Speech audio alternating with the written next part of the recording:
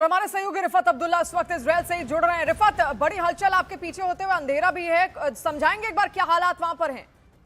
देखिए, अभी थोड़ी देर पहले सायरन बजी और यकीन मानिए हमारे सर के ऊपर से मिसाइल चल रहे थे, जोरदार धमाके हुए। हालांकि अभी पता नहीं कि कहां पे ये फटे, लेकिन धमाके जोरदार हुए। और यहाँ पे ये सी साइड है, एक दो जो है वो बिल्कुल समंदर में गिरे और जोरदार धमाके हुए।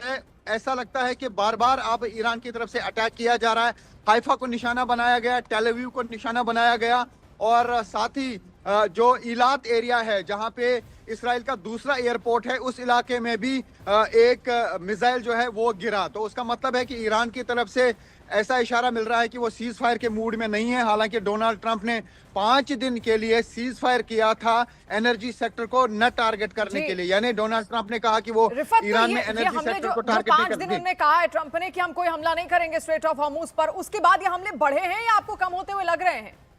देखिए, बिल्कुल कल शाम से बहुत बढ़ गए हैं, क्योंकि रात भर जो है हमलों का सिलसिला ईरान की तरफ से जारी था। अभी हालांकि ईरान की रिपोर्ट्स मेरे पास नहीं है अभी कि क्या वहां पे ज्यादा हमले हुए, उसी का रिटाइलेशन है, या वो नहीं चाहते हैं कि बातचीत का सिलसिला आगे चले।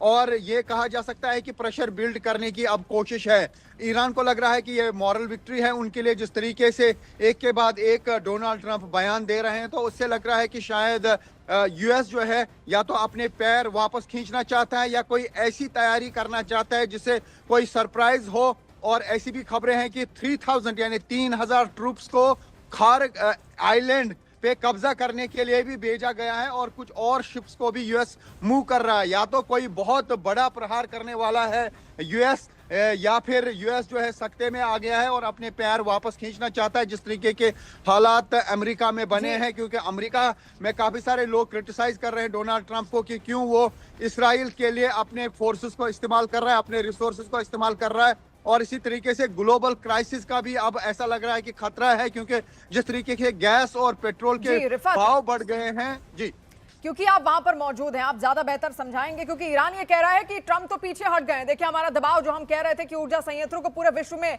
हम बाधित कर देंगे, उसका असर देखने को मिल गया है। लेकिन ट्रंप ये कह रहे हैं कि हम उनके ऊर्जा संवर्धनों पर हमला करने वाले थे, इसलिए ईरान पीछे हट गया है। कौन आपको पीछे हटता हुआ इस वक्त दिख रहा है और कौन स्ट्रॉन्ग पोजीशन में है? देखिए, जो 48 घंटे का अल्टीमेटम ट्रंप ने दे दिया, उसके बाद जरूर ट्रंप पीछे हटा है, क्योंकि ईरान की तरफ से बताया गया कि वो मिडल ईस्ट में 12 ऐसी जगहों पे हमला कर सकते हैं जिससे तबाही होगी। और वाटर डिसैलिनेशन प्लांट जो दुनिया का सबसे बड़ा है मिडल ईस्ट में, उसका नाम भी उसमें था कि वो वहां पे भी अटैक करेंगे।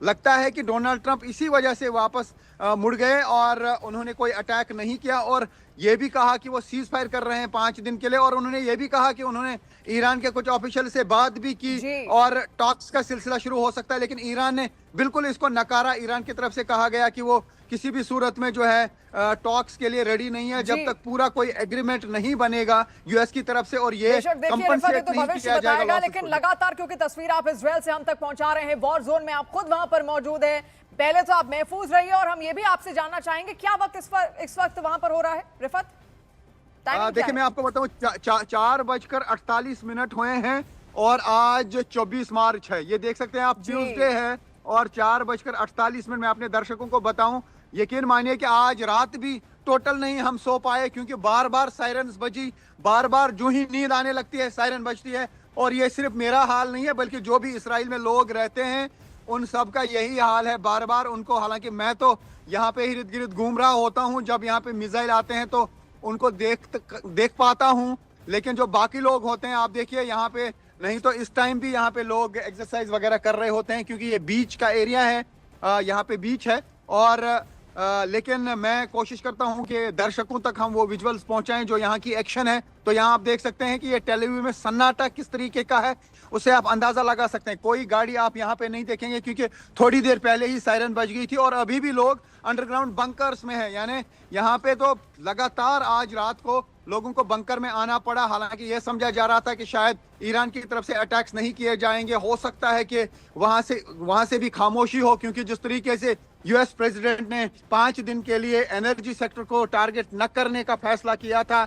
लेकिन क्या वजह है कि ईरान ने फिर से अटैक किए? क्या ईरान चाहता है कि ये जंग जारी रहे ताकि यूएस और इसराइल पे बहुत प्रेशर ज्यादा बने। जरूरी ये है अभी क्योंकि ऐसा ही लग देखिए रहा है। पूरे मिडिल ईस्ट के अलावा पूरे विश्व पर इसका असर पड़ रहा है और जो धमकियां लगातार मिडिल ईस्ट से सामने आ रही हैं उससे खतरा तो पूरे बिजली का संकट, ऊर्जा का संकट यहां पर पैदा होगा ही होगा। आप देखिए किस तरीके से हमारे जांबाज रिपोर्टर रिफत अब्दुल्ला लगातार ग्राउंड जीरो पर मौजूद है और सुबह के वहां पर 5 बज रहे हैं। आप सोचिए वो मौजूद है इतने अंधेरे में भी और रात भर वो कह रहे हैं वो सोए नहीं। इससे पहले भी कई सारी रिपोर्ट्स उन्होंने हमें दी जो रात के अंधेरे में ही उन्होंने रिकॉर्ड किए, बाकायदा उनके कैमरे से हमने वो भी देखा जब मिसाइलें आकर गिर रही थी। और जैसा रिफत हमें जानकारी भी अभी दे रहे थे, रिफत आपके ठीक पीछे एक मिसाइल सुबह के वक्त लगभग रात के वक्त गिरी भी थी। लेकिन आपसे मैं समझना चाहूंगी काफी दिन से, क्योंकि आप इजराइल में रह रहे हैं, किस तरीके से आप देख रहे हैं, क्योंकि पूरे युद्ध के हालात है, गाजा का युद्ध इससे पहले हुआ, इजराइल हमेशा युद्ध के संकटों से घिरा ही रहा है, कैसे वहां की इकोनॉमी चल रही है? हालांकि वहां के बहुत सारे लोग अमेरिका में भी काम करते हैं, लेकिन फिर भी मैं आपसे जानना चाहूंगी कैसे आप वहां की इकोनॉमी चलती हुई देख पा रहे हैं? देखिए, सबसे बड़ी बात है कि यहाँ पे पॉपुलेशन ज्यादा नहीं है और दूसरा ये कि टेक्नोलॉजी के साथ लोग जुड़े हुए हैं, ऑनलाइन ये काम कर पा रहे हैं। लेकिन नुकसान बहुत ज्यादा हुआ है। कल मैं एक होटल के मैनेजर से बात कर रहा था, मैंने कहा कहाँ हैं आप, और उन्होंने कहा कि हमने छुट्टी कर दी और होटल को बंद कर दिया। टूरिज्म सेक्टर पूरी तरह से प्रभावित हुआ है। अभी इसका असर इसराइल को नहीं दिखेगा क्योंकि यूएस की तरफ से पूरा सपोर्ट इन्हें हासिल है, फाइनेंशियल सपोर्ट भी और मिलिट्री सपोर्ट भी। लेकिन आगे पता चल पाएगा कि किस तरीके से यहाँ की इकोनॉमी बिहेव करेगी। हालांकि सरप्राइज तो ये है कि जब किसी जगह पे युद्ध होता है, ईरान में युद्ध चल रहा है, उनकी करेंसी बहुत ज्यादा गिर गई। लेकिन हम ये देख पा रहे हैं कि जब यहाँ पे जून में, मैं तो छोटी सी मिसाल आपको कहूंगा कि जून में जब लिमिटेड वॉर चला उस दिन भी यहाँ पे करेंसी अप थी। यानी मैं आपको बता दूं कि यहाँ पे अगर एक शक्ल की बात करें जो यहाँ की करेंसी है इंडियन, उसमें 24 रुपए आते थे, आज एक शक्ल के 30 रुपए इंडियन करेंसी के आते हैं। तो इनकी करेंसी ऊपर जा रही है। वजह क्या है? यही होगा क्योंकि इन्हें पूरा यूएस का सपोर्ट है और यूएस डॉलर भी ऊपर जा रहा है। तो उससे आप अंदाजा लगा सकते हैं कि इसराइल में किस तरीके का सिस्टम है। हालांकि छोटी सी कंट्री है और लोग ज्यादा नहीं है, लेकिन यहाँ पर काफी ज्यादा ये कहा जा सकता है कि डेवलपमेंट भी है, लेकिन यूएस का सपोर्ट इन्हें हासिल है, वो एक वजह हो सकती है। बेहद और टेक्नोलॉजी भी यहाँ पे जी टेक्नोलॉजी, इसके अलावा इंफ्रास्ट्रक्चर भी जो वहां से तस्वीरें हम देख रहे हैं, और इसके अलावा अमेरिका बहुत बड़ा निवेश भी वहां पर करता है। ये तमाम कारण है जिसकी वजह से इकोनॉमी चल रही है। जैसे आपने यहां पर बताया भी, युद्ध के हालात तो लगातार बने हुए हैं, लेकिन लोग ऑनलाइन जरूर काम कर रहे हैं और आजकल रिमोट एरिया भी आप आराम से रिमोटली काम कर सकते हैं। बहुत शुक्रिया रिफत, लेकिन अपना ध्यान भी यहाँ पर दीजिएगा और हम चाहेंगे जरूर आप अपनी नींद भी यहाँ पर पूरी कीजिए क्योंकि बेहद जरूरी है।